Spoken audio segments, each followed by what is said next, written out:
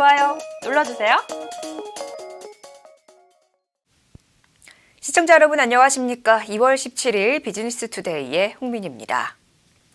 기아 자동차는 4세대 소렌토의 내외장 디자인을 처음으로 공개하고 다음 달 공식 출시할 예정이라고 밝혔습니다. 신형 소렌토는 SUV의 실용성과 세단의 섬세함이 결합된 특징을 갖고 있으며 실내 디자인의 경우 SUV 운전자들이 선호하는 직관적인 디자인이 적용됐습니다. 특히 다이얼 방식의 전자식 변속기를 적용해 운전석의 공간 활용도와 기능 조작부의 시야를 넓힌 것도 특징입니다. 기아차 관계자는 내외장 디자인 혁신을 통해 그동안 중형 SUV에서 느낄 수 없던 새로운 경험과 고품격 감성을 구현했다며 강인하고 세련된 디자인이 매력이 될 것이라고 말했습니다. 정몽구 현대자동차그룹 회장의 현대차 이사회 의장 임기가 다음 달 16일로 종료되는 가운데 정 회장의 재선임 여부에 대한 관심이 커지고 있습니다. 정몽구 회장은 올해 82세로 1999년 3월부터 22년간 현대차 이사회 의장을 맡아왔습니다. 하지만 장남인 정의선 수석부 회장이 본격적으로 전면에 나선 2018년 이후 실질적 경영에 참여하지 않고 있는 것으로 알려졌습니다. 이 때문에 업계에서는 현대차 그룹이 올해 이사회와 주총에서 정몽구 회장이 이사회 의장직에서 물러날 가능성에 주목하고 있습니다. 업계 관계자는 정몽구 회장이 이사회에서 물러나고 정의성 수석부회장이 의장직을 물려받게 될 경우 본격적인 정의선 시대가 열릴 것이라고 전망했습니다. 삼성전자가 다음 달 6일 갤럭시 S20 시리즈 출시를 앞두고 기존 회원 마케팅 대신 인플루언서를 활용한 온라인 마케팅에 집중하고 있습니다. 삼성전자는 코로나19 감염증 확산 여파로 국내에서 기존 운영하던 체험형 마케팅인 갤럭시 스튜디오를 대폭 축소하고 소비자 참여형 행사인 갤럭시 팬파티 등 오프라인 행사를 무기한 연기했습니다. 삼성전자 관계자는 코로나19 확산 우려로 인해 오프라인 행사는 무기한 연기했다며 다양한 채널을 통해 온라인 매체를 통한 마케팅을 강화할 예정이라고 말했습니다. 삼성전자는 조만간 소비자가 있는 곳으로 갤럭시 S20를 배달해 체험할 수 있게 하는 딜리버리 서비스도 운영할 계획입니다. 코로나19 감염증 사태로 중국산 부품 공급이 끊기며 최대 9일간 문을 닫았던 국내 자동차 공장들이 대부분 정상화되고 있는 것으로 나타났습니다. 하지만 아직 부품 공급이 원활하지 않아 일부 공장이 휴업을 연장하고 완성차 공장의 생산 속도 조절에 따라 부품을 대는 국내 협력업체들의 고충도 커지고 있어 업계의 어려움은 완전히 해소되지 않고 있습니다. 한편 한국경제연구원이 발표한 기업 설문에 따르면 코로나19 사태가 6개월 이상 장기화할 경우 매출액 감소가 가장 클 것으로 예상되는 업종 1, 2위가 자동차와 자동차 부품 업종인 것으로 조사됐습니다. LG화학과 SK이노베이션이 벌이고 있는 전기차용 배터리 영업비밀 침해 소송전에서 LG화학이 먼저 웃었습니다. 미국 국제무역위원회는 현지 시간 14일 LG화학과 SK이노베이션의 2차 전지 영업비밀 침해 소송과 관련해 SK이노베이션의 조기 패소 판결을 내렸습니다.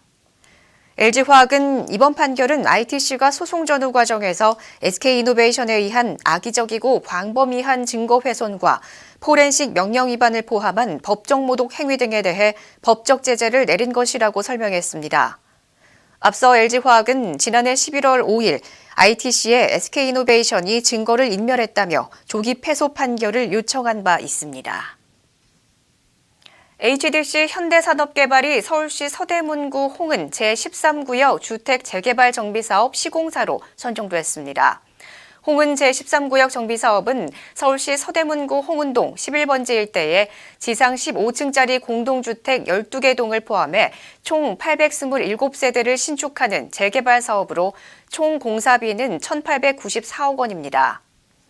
HDC 현대산업개발 관계자는 오랜 노하우로 자연과 동시가 공존하는 새로운 문화와 가치를 지닌 아이파크를 만들 것이라며 오는 6월 공사를 시작해 2023년 8월까지 마무리할 계획이라고 밝혔습니다. 위니아데우가 그룹에 인수된 지 2년 만에 흑자 전환에 성공했다고 밝혔습니다. 위니아 대우의 지난해 매출은 전년 대비 약 10% 감소했지만 당기순이익은 2018년 890억 원 적자에서 지난해에는 95억 원 흑자로 돌아섰습니다. 위니아 대우 관계자는 지난 2년간 위니아 딤체와의 시너지 효과를 위해 양사가 보유한 연구개발 조직을 합치고 위니아 대우의 성남물류센터와 부평연구소 등 중복자산을 매각하는 등 금융비용을 절감했다고 설명했습니다. 대유위니아그룹은 위니아 대우 전신인 동부대우전자를 2018년 2월에 인수한 바 있습니다. 공정거래위원회는 네이버의 창업자이자 동일인인 이혜진 네이버 글로벌 투자 책임자가 본인과 친족, 비영리법인 임원이 보유한 회사 등 21개 계열사를 지정자료에서 누락한 데 대해 경고와 함께 검찰에 고발했습니다. 공정위는 2017년 공시대상 기업 집단으로 지정된 네이버가 지정 전후로 공정위에 계열사가 대거 누락된 허위 자료를 제출해 혼란을 빚었다고 설명했습니다. 공정위 고발과 네이버 관계자는 2015년 자산 규모 등으로 미뤄 공시대상 기업 집단에 지정될 가능성이 전혀 없는 상태였기 때문에 제출 자료를 꼼꼼히 따지지 않고 소홀한 부분이 있었다며 회사 임원들에게 일일이 물어 지분 보유 현황을 상세하게 파악하는 절차를 밟지 않은 채 자료를 제출한 실무진의 판단 실수도 겹쳤다고 해명했습니다. 윤석열 검찰총장이 일선 검사들에게 수사와 기소는 한 덩어리라고 강조했습니다. 지난 13일 지방순회 방문차 처음 찾은 부산지검 검사들에게 한 말인데 사실상 추미애 법무부 장관의 수사 기소 분리 방안을 우회적으로 비판한 것 아니냐는 분석입니다. 윤 총장은 이 자리에서 검사는 국가와 정부를 위해 소송을 하는 사람으로 소송 여부를 스스로 결정해야 한다면서 법원이 조서 재판에서 공판 중심주의로 전환했음에도 검찰은 이 같은 변화를 따라가지 못했다고 말했습니다. 그러면서 직접 심리한 판사가 선고하듯 수사와 재판에 피의자를 넘기는 소추는 한 덩어리라고 강조했습니다. 한편 추미애 법무부 장관은 오는 21일 윤 총장이 불참한 가운데 전국 검사장 회의를 열고 수사 기소 분리 방안을 논의할 계획입니다. 비즈니스 투데이 오늘 준비한 소식은 여기까지입니다. 시청해주신 여러분 고맙습니다.